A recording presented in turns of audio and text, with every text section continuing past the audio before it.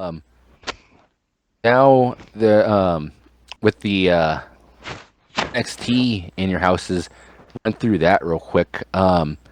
So your house ended in 2000 and 1999, 1999, yeah. back in 2020. So 21 years later, and honestly, when they announced it, I was excited because I was hoping they were going to bring in the house, which they did. Yeah, It had references to Doc Hendricks, yeah. which is kind of continued. It's now They had, become ingrained in the ye- Gargano house. yeah, they had Todd Pettingill on the pre-show, I think, or no, he was doing the cold open last Yes, year, right? yes, yes, And they yes, even brought back one of my favorite WWE or WWF production themes, Native Son, which they used a lot for storylines during the New Generation era, and a little bit yeah. during the and they started and honestly, once that cold opened, the voice of Todd Pettingill and that music, I was sold. I was like, okay, this is amazing. I didn't care what was gonna happen on the Yes, show afterwards. yes. And honestly, let me look at the card. I remember this So, was they had I mean, Champa versus Cross was on this, right? Gamma versus Cross was on here. EO versus Charlotte and Rhea. Yeah, main Cole eventing versus Dream. Lee versus Lee versus Gargano. Gargano. Finn versus Priest. And Mia, Shotzi, and Tegan versus Candice, Dakota, and Raquel. Yeah, Um, this is the first time and that women ever main evented an in your house show. If you, honestly, and looking at this one, feels the card isn't overly stacked like a lot of takeovers. It feels like either an in your house show or a 2014 Full Sail takeover. yeah, Like it's light, and that's kind of what tonight is as well. It's a it's light show. tonight. Looking at it, it's basically it is a light show, but it's kind of like an in your house greatest hits show, greatest hits Yeah. tribute, because you have the six-man tag, which is for the North American Championship and Tag Team Championship, which is a Yes. direct Kind of like a nod. throwback to Yeah, it's a direct nod to the In Your House 3 main event, the triple header. In Your House, yeah. yes. And you have a Title match or a five-man, lot of multi-man yeah, matches. multi-man matches, which, if you're talking the new generation, did not have that much, but, the Attitude Era Yes. times, that's a lot of it. You have Xia Li versus Mercedes Martinez, which is kind of like an in your house. It's a basic in your house opener or second match back in the day, Yes. back in the new Yeah. generation era, where you're building someone against a heel that is not it's still building up. I'm not gonna say that Xia Li is not a big character for them because I think they are going somewhere Kind with of a this takeover. slow. Yes. Yeah. Yes. But let's say Xylee is an up and coming heel, but I think it's more of the baby faces match in this one, Yeah. which is Martinez. It's basically Mercedes being in the veteran spot and giving her a match to work with. And Yeah, honestly, it could go it's either way. it's Bret Hart versus PCO, Yes. kind of like, well, with Um, the difference of the positioning and stuff.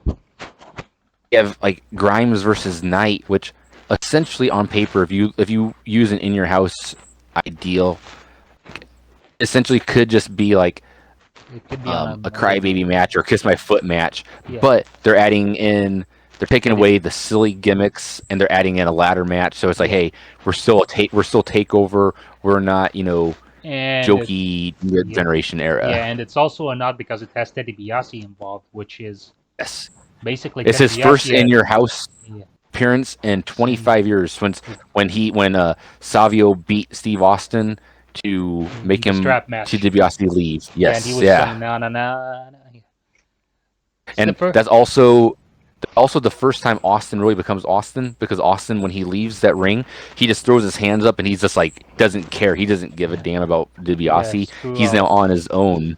Yeah, and it's also one of the It's the classic strap match finish as well, because since we're talking about Yes. of Yeah. the babyface just tapping the turnbuckle after the right after the heel, and Yeah. Austin pulling Savio in him and using that momentum. That is perfect. Yes. Which I had that match in my mind when Batista and JBL had their strap match on SmackDown, because I JBL did was too. doing I that, always have that match in my mind. and I was thinking, God damn it, JBL is gonna do the Savio Vega thing and he's gonna win the championship, isn't he? But they did the whole thing where Batista just spine busters him and takes him out. Right. And yeah, so it's gonna be a good show. Yeah. Who do you think is gonna win the championship, the NXT title match? Honestly, I've been thinking about this a lot especially since the bump. Mhm. Because it's not elimination. Yeah. I honestly think that you might put it back on Cole and build up towards Kyle versus Cole, where Kyle wins it that way. That way, Cross doesn't have to get pinned to win the title or to lose the title. Hmm. Because I think Kyle beating Cole for the title honestly would mean more than Kyle beating Cross, because while Yes. Cross is a beast, There's no. I'm he's not a hot champion in my opinion. He is I not. think And it's weird because it seems that he is not a hot champion by design. I don't know why. It's yeah, it's weird I because think they he's might being want. groomed for the main roster. Yeah, they might bring him back post SummerSlam once they go live, and Yeah, and which is a shame because I might as well have kept the title on Finn, but yes, yeah. but Um, yeah, I'm thinking it might be it's the one problem I see with that is that Kyle actually won the first match between the two. So yeah, it might be a series. So it might be Adam Cole beats him in the first title defense. Then they could be, circle yeah. back. Then they circle back to it at around next year's WrestleMania time. Ooh, the long Kyle Adam Cole reign again. I mean, that might be part of it. Part of it, I don't know why, because I'm thinking if they want to put the NXT title on Pete Dunne, this is the perfect opportunity to do it. I don't Would think be, they're gonna. I don't think they will get another shot at elevating Pete Dunne for the NXT I Championship more than this. honestly think no matter what, the only two fall guys I can see in this match is Kyle or Johnny.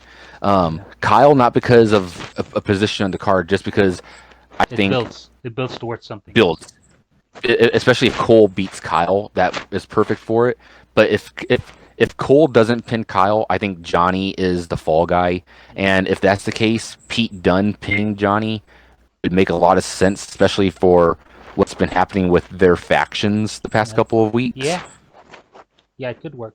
And honestly, it's a testament to Johnny Gargano that he is Teflon, where you could completely see him taking that pin and not losing any steam or not losing any momentum Yes. from that Because match. he's kind of become NXT's Miz, where his mic skills and his ring work, which I know a lot of people might be listening and thinking, "Oh, you're comparing the Miz to Johnny Gargano." Yes, I And am. MVS Um, MVS is gonna be rolling their eyes all over it. yes. Now, am I saying the Miz is as great in the ring as Johnny Gargano? Yes. No, but the Miz is just damn great of a worker as Yeah. Johnny Gargano. Exactly. Um, Exactly. I love And I love both guys, but yeah, yeah, Miz and is a great worker. Johnny is a great worker, and they're both Teflon Hills.